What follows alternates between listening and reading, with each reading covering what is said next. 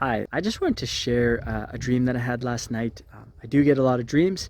Some of them are just not from God or anything like that. Some of them do seem a little bit more on the prophetic side. And if so, I just like sharing them because they're not things that I premeditated. It's not like I'm watching the news or anything too much. I am more or less just getting these dreams out of the blue, and I'm kind of amazed because they do seem like they connect with the times that we live in. And in this dream, we were walking into a facility, and it's kind of like we were going into a customs room where they were going to ask us questions and vet us. And we were all in this line, and then there's a counter between us, and then the people that were vetting us were these young Jewish people. I don't know how I was aware of that. I just knew that. And I told them that I'm with these three Christians and that we believe that Jesus is the Messiah. Jesus Christ of Nazareth is the Messiah. But I had compassion on them, and I had this strong message for them. And I said, I am aware that you who are Jewish people, you don't believe that Jesus is the Messiah. And as a result, you're looking and you're scanning the world stage for some sort of savior. But that they needed to be very careful because there was two people specifically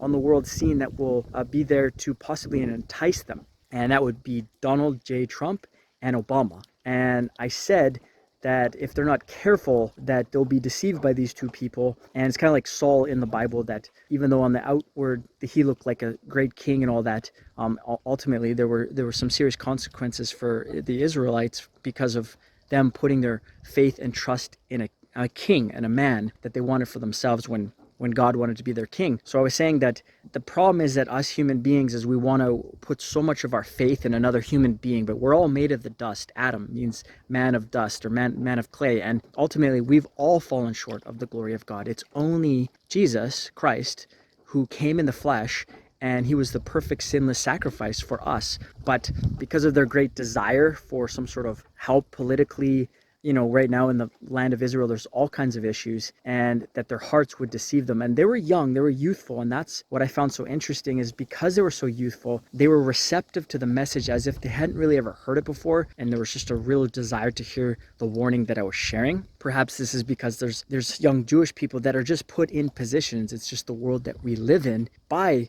some sort of elites or leaders, and they would need to hear a message they've never heard before about these rising political figures that could very well come across like their Messiah, but he's not. And then Jesus actually is their Messiah. They just don't know it yet. So I haven't had a dream where I've shared to specifically Jewish people before, so I thought that was quite a profound dream.